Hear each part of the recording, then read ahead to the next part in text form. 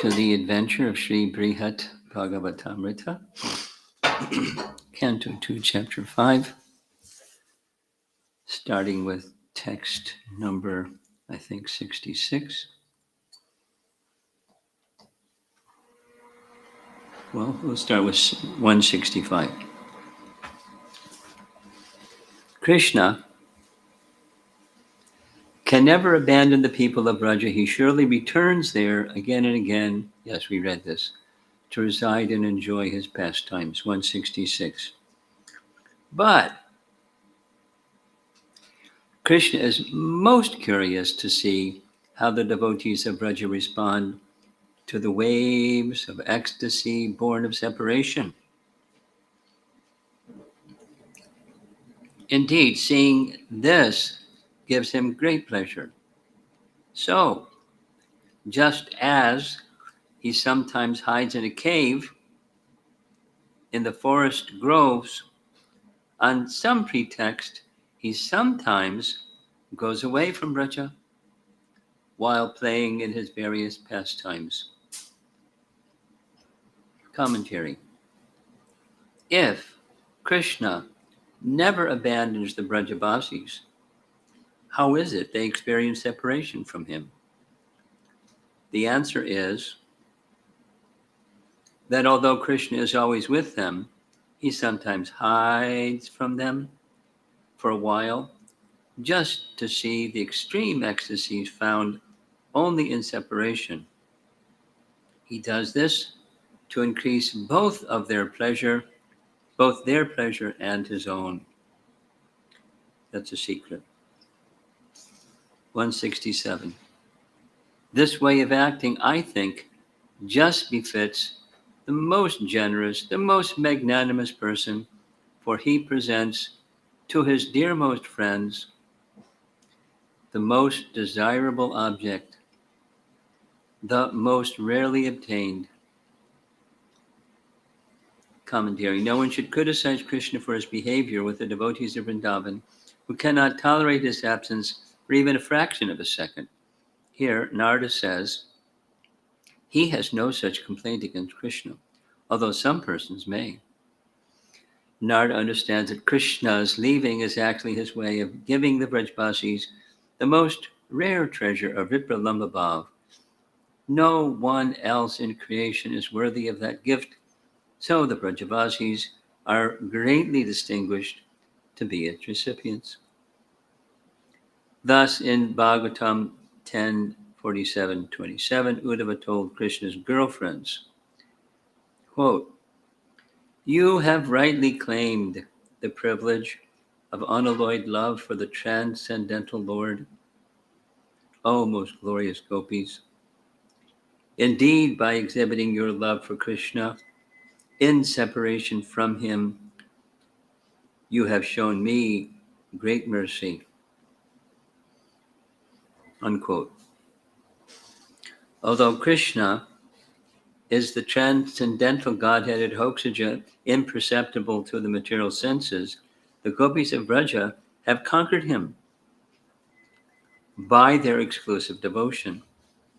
There is no way he can ever abandon them. Uddhava recognized the gopis to be the most fortunate and generous souls who felt the pangs of imminent separation from Krishna, even while enjoying with him face to face. 168. Just as Krishna plays in this Brajabhumi on earth, so also does he play on Goloka. The two realms are only imagined to be different, one above the other. Commentary. The whole purpose of this discourse has been to enlighten Gopakumar about the glories of Sri Goloka, the topmost spiritual world. What Narada has said about Gokula on earth is also true of the original Goloka. The difference between the two is slight, Although one is located on a planet in the middle of the material universe and the other is above Vaikuntha, there is no substantial difference between them, which is a nice topic, discussing in Brahma Samhita also. 169.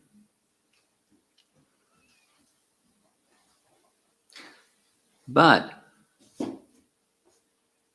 in this earthly Brajabhumi, not everyone can see him all the time, even though he forever enjoys in the company of Sri Nanda and others. Commentary. Only once in a day of Brahma, at the end of a certain Dwarka Yuga, can everyone see Krishna in Gokula. At other times, he is visible only occasionally and only to a few. In Goloka, however, everyone can see him all the time. So there's a difference, although they're not different. 170. Just as in Vaikuntha, devotees like Sri Garuda are the Lord's eternal associates, in Goloka, the devotees of Vraja, we understand, are his eternal dear companions. Commentary. Nanda Maharaj and the other Vrajbasis live with Krishna not only on earth, but also in the eternal kingdom of Goloka. 171. They, that means the eternal companions of Krishna, enjoy pastimes with the Lord of their lives, the personality of Godhead, in the same way in both worlds, Vrajabhumi on earth and Goloka in the spiritual realm, according to their pleasure, except for things like birth, pastimes, and killing of demons. 172. But that's going to come up. The disciplines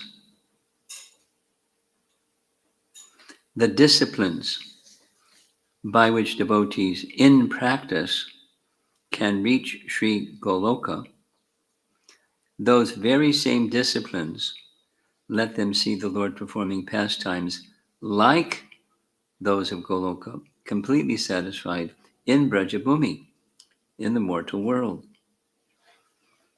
Commentary. To search out his Lord, Gopakumar need not go down to Gokula on earth, but he does need to learn the sadhana, the special practices for attaining Krishna's personal abode. For intimate associates like Narada, like Nanda Maharaj, no spiritual practice is needed because they are eternal Vrajavasis. But for everyone else, careful endeavor is required. Paragraph. On this path, not everyone attains the same level of success. A devotee may develop Krishna consciousness to the point of being able to see Krishna, but may not be able to see him busily enjoying the special pastimes of Vrindavan, Tadrik Kridam, with his intimate devotees. When more advanced, a Vaishnava may occasionally see Krishna engaging in his Vrindavan pastime, but not displaying the full scope of his blissful enjoyment. So, prasanam. And even such a Vaishnava may not be fortunate enough to enter Krishna's eternal pastimes and play with Krishna in absolute freedom. The highest perfection of Krishna consciousness is rarely achieved. 173. My dear boy, how is it that you are so eager to take shelter of the lotus feet of this Gopala Dev and see all those sweet pastimes? Commentary. Narada's mind is perplexed by the thought that this simple boy, Gopakumar, is intent on gaining the realization most rarely achieved. 174. Dear brother, you must understand that to attain him is exceedingly difficult, especially because of the devotional discipline required. Of this I am fully convinced. Commentary. Gopakumar may argue that with the blessings of pure saints like Narada, nothing is impossible, but Narada warns him, colon, so difficult is the goal that even Narada's mercy will not be of much help. Saying this, Narada hopes to increase Gopakumar's eagerness to reach Goloka. Text 175. Most living entities have no ability to discern good from bad. Only a few human beings can ascertain the proper way to behave. Commentary. The vast majority of conditioned jivas live in subhuman forms of life. In the bodies of lower species like animals, animal, bird, and insect, they have no higher intelligence with which to judge ethical values. Human beings normally have some concept of right and wrong, but only a few apply that understanding consistently in how they act. 176. Among them, most are seen devoted to wealth and enjoyment. Only very few are serious about religious life for entering into heaven. Commentary. Most people who regulate the way they act are driven by the desires for wealth, power, and sense gratification, not by true respect for religion, dharma. Of the few who follow dharma, most do so merely for the sake of public esteem, and even fewer desire elevation to Swargaloka. 177. Sounds like Lord Chaitanya's instructions to Sanatana Goswami, right? Familiar with that section? 177. Of those candidates for heaven, only a few are intent upon working without selfish desire, and among them fewer still want liberation. Commentary. Although it is true that the process of nishkam karma, working without attachment to the fruits of work, encourages the spirit of renunciation, just how efficiently it does so varies among individuals. Only a few nishkam karma yogis are renounced in their hearts and therefore eager for liberation. 178. Of the aspirants for liberation, hardly a few are transcendental liberated souls, and of those exalted transcendentalists, only a few are dedicated to the devotional service of the Lord. Commentary. Persons firmly fixed in the practice of yoga are called hamsas, or those who have factually realized the self, and those who have factually realized the self are called paramahamsas. Paramahamsas are liberated, but even most of them are still enjoying the remnants of their accumulated karma. Among all Paramahamsas, only a few are completely perfect, and of those perfected beings, fewer still have no desire other than the selfless devotional service of the personality of Godhead. Those most rare persons have the sharpest intelligence and gravest purpose, semicolon. By the grace of the Supreme Lord, they understand how insignificant liberation is. They are called Mahashayas, Mahashayas, wise souls, by virtue of their unbounded and unalloyed enthusiasm for bhakti rasa.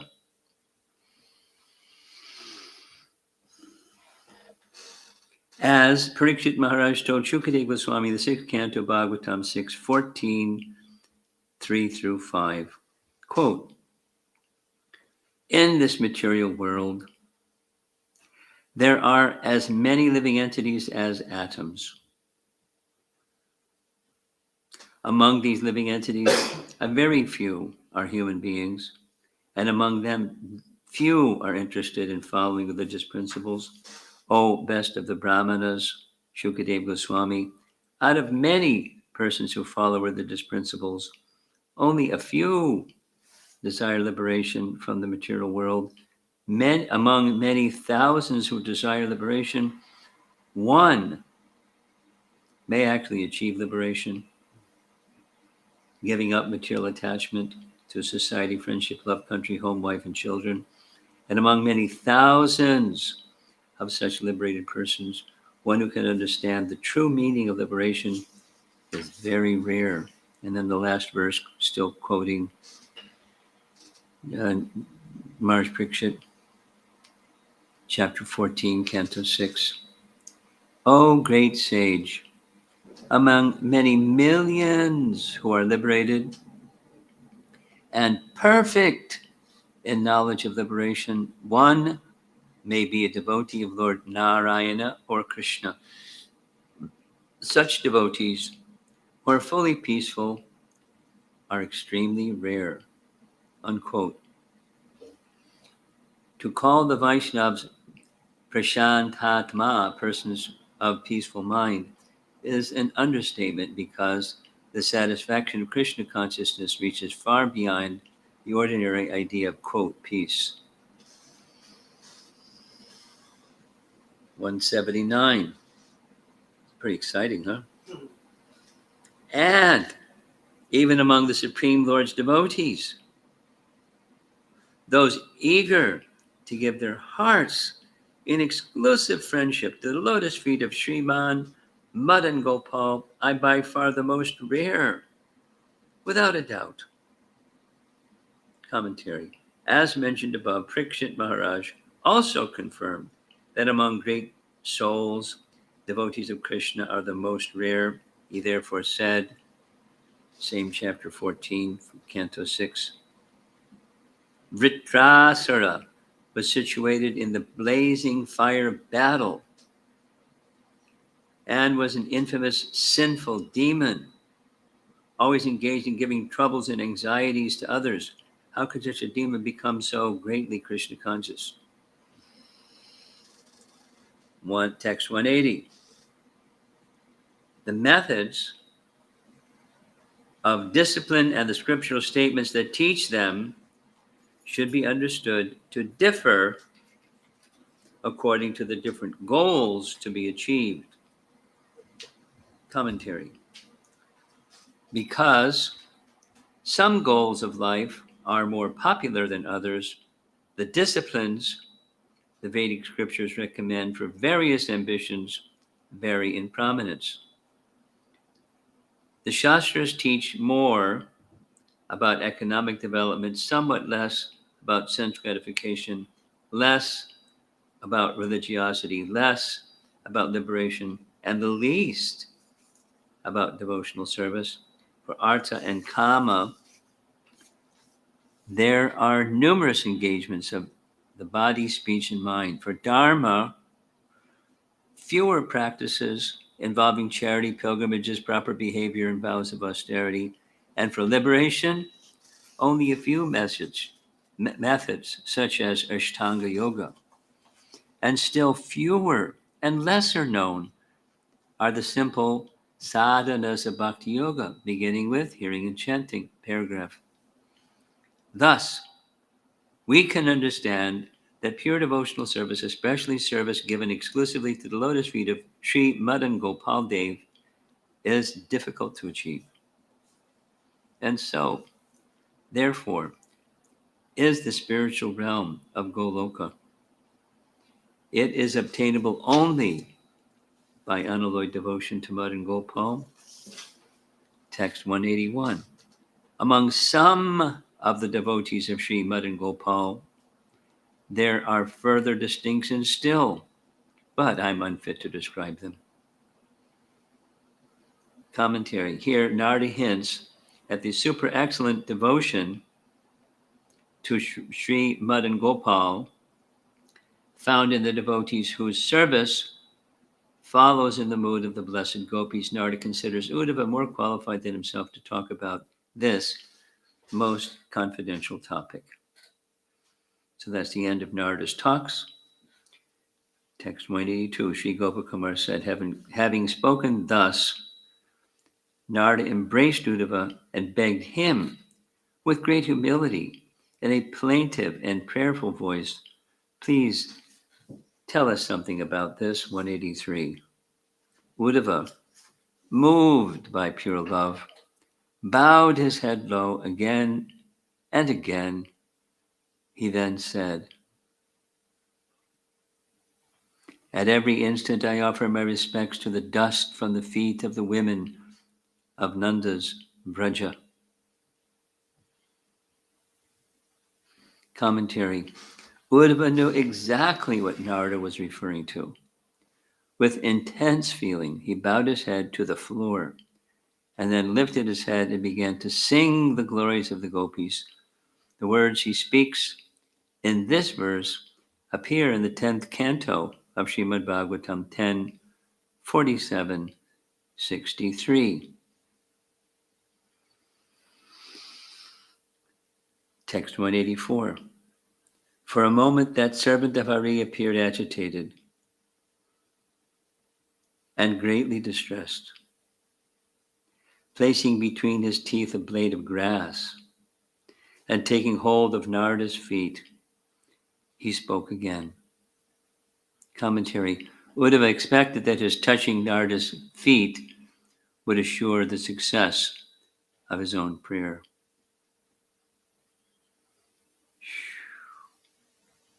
This is very elevated stuff. Text 185. Quote, the gopis of Vrindavan have given up the association of husbands, sons, and other family members who are very difficult to give up and have forsaken the path of chastity to take shelter of the lotus feet of Mukunda Krishna, which one should search for by Vedic knowledge. Oh, let me be fortunate enough to be one of the bushes, creepers, and herbs in Vrindavan, because the gopis trample them and bless them with the dust of their lotus feet. Commentary. This is a verse spoken by Uddhava in the 10th canto, Srimad Bhagavatam, chapter 47, text 61. Uddhava will now explain this verse briefly and later more elaborately. 186. Then Uddhava, filled with all sorts of emotions, of fully blossomed love, jumped up and continued to sing, full of wonder.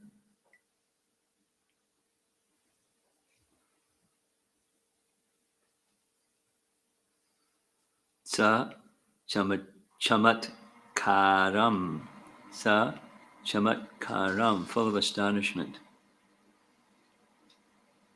Vrita, filled. This is another verse taken directly from Canto 10, chapter 47.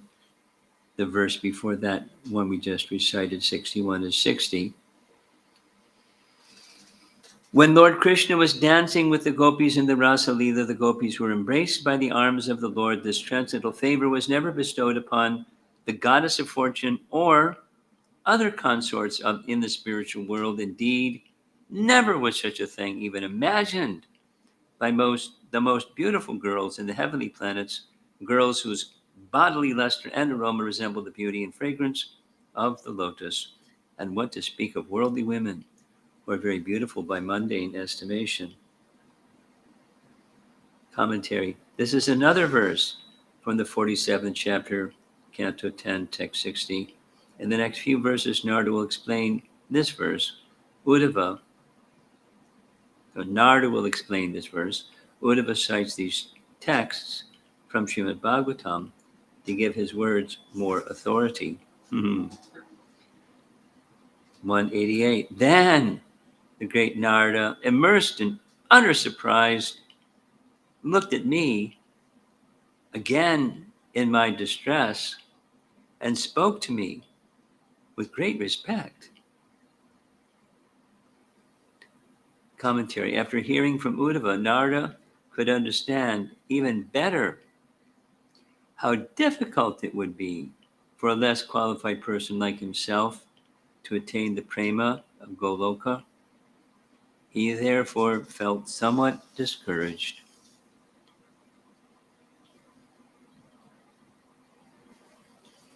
189. Sri Narada said, Uddhava is the very best among all the devotees of the personality of Godhead because he is so much absorbed in glorifying the dust of the gopis' lotus feet. Indeed, to have the good fortune of being touched by a single particle of dust from those feet, he has prayed for birth as a blade of grass. 190. Rukmini is renowned as the dearest queen of Hari, but despite having abandoned the religious principles of an aristocratic maiden just to satisfy Lord Achyuta's desire, and despite having once almost died of fear from a few of his joking words, she cannot obtain a trace of the gopis' good fortune.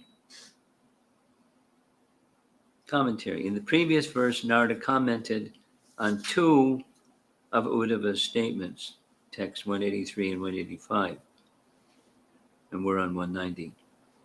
Quote, at every instant,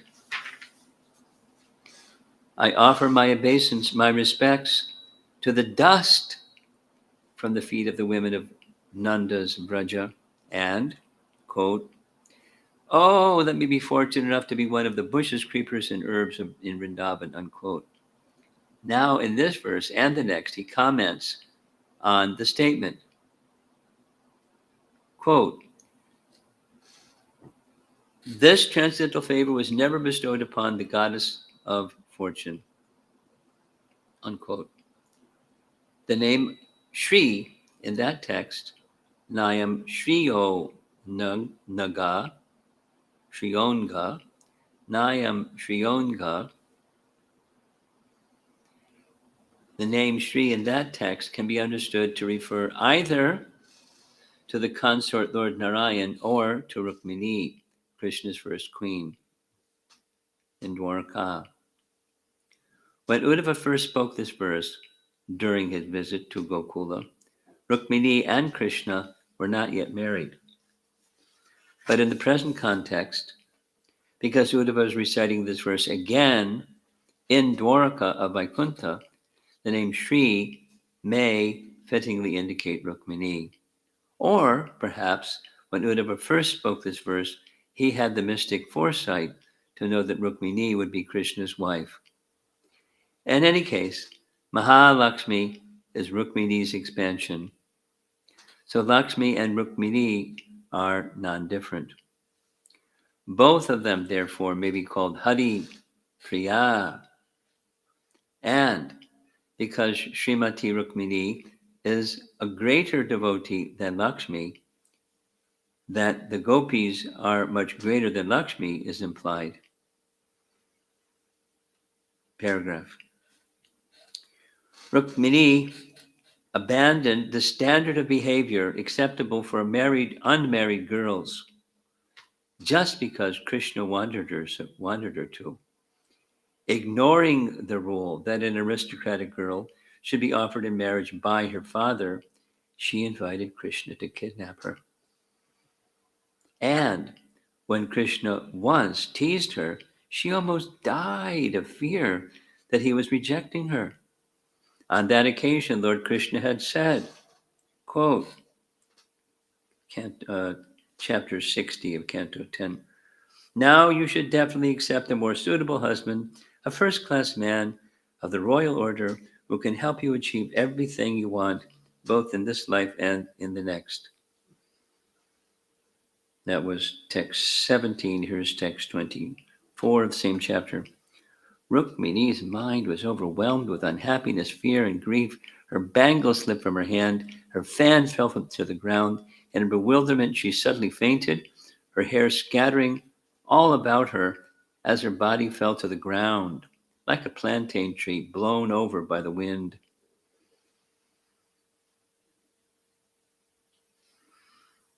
(191) Though as attractive as the women of heaven, how can even the best of Krishna's queens compare to the gopis? Even the main queens like Kalindi and Satyabhama, or the others headed by Rohini, can't compare. Commentary. Despite possessing all heavenly beauty and good character, Krishna's 8 principal queens cannot hope for even a slight trace of the gopis' good fortune. So what to speak of Krishna's other 16,100 queens? Indeed, Svar Yoshitam Nalina Gandha Rucham Kuta Nya. Never was such good fortune even imagined by the most beautiful girls in the heavenly planets, girls whose bodily luster and aroma resemble the beauty and fragrance of the lotus. The supreme goddess of fortune, Sri Rukmini, sometimes embraces Krishna, but she cannot achieve the same favor Krishna bestows upon the gopis. Therefore, since Kalindi and the other queens are inferior to Rukmini, how can those queens expect such favor? 192. I am just an insignificant creature. What right do I have to even try to describe the glories of the gopis? Even so, my ill-mannered tongue cannot stay still. 193. Oh, son of a cowherd, dear friend of the Lord of Vraja, among Krishna's devotees in pure love, this Uddhava is the most exalted. By his good fortune, he has attained the essence of the Lord's mercy, in Vraja. He has seen the extent of the gopis' love for Krishna. 194. Uddhava received from the gopis such mercy that in their company he even forgot about his companionship with Krishna. So, whatever he concludes about them, and whatever he does or says, will be altogether right. Commentary. Uddhava, being the best prema bhakta of Lord Vrajanath, is blessed with Krishna's exceptional mercy. Krishna has drawn Uddhava very close to him because the Lord considers Uddhava especially worthy of his kindness. Uddhava attained this perfection by seeing in Vrindavan the exalted love of the gopis, the exalted love the gopis have for Krishna, and by attaining the gopis' blessings. The gopis disclosed to Uddhava their most confidential ecstasies in Uddhava's own words. Quote, again, it's chapter 47, Canto 10. Oh, most glorious gopis, you have rightfully claimed the privilege of unalloyed love for the transcendental Lord. Indeed, by exhibiting your ecstasy of separation from him, you have shown me great mercy. Srila Sridhar Swami, in his commentary on this verse, gives his paraphrase. Bhagavata Bhagavat Prema Sukha Pradarshanena Mamaiva Mahan Anugraha Kritaha. There's that Kritaha word again. Gratitude, receiving a favor. By showing the joy of your love for the Supreme Lord, you have greatly favored me. Anugraha Krita. Mahan Anugraha Krita. Being in the company of the gopis and staying in Gokula for a long time strongly affected Uddhava, so much so that he forgot his association with Krishna, with whom he had been friends since childhood. One more verse. 195. Akrura, the son of Shapalka and parental uncle of Lord Krishna, was an old man whose heart had dried up from lifeless knowledge. His heart was so devoid of the softness of mercy that he came to Braja as the diligent order carrier Kamsa.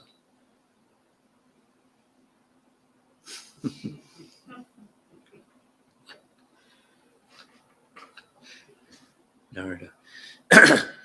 Commentary. Akrura's name means not cruel, but by taking Krishna away from Vrindavan, he committed cruel offenses against the Brajvasis. He may have been Krishna's uncle, but according to Uddhava, his heart was completely dried up by knowledge, untouched by the rasas of devotional service. Being an old man, Akrura couldn't even make an outward show of being a connoisseur of rasa, and therefore, because he had no appreciation for the ecstatic mood of Braja Prem, he accepted the task of dragging Krishna away from Braja.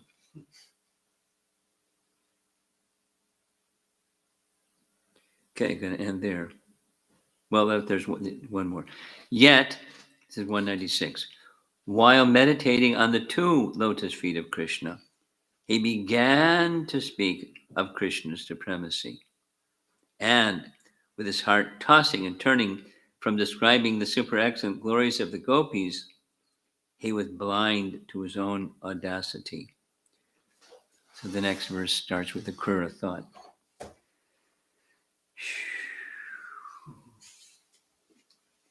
Sanatana Goswami ki jai. Srila Prabhupada ki jai.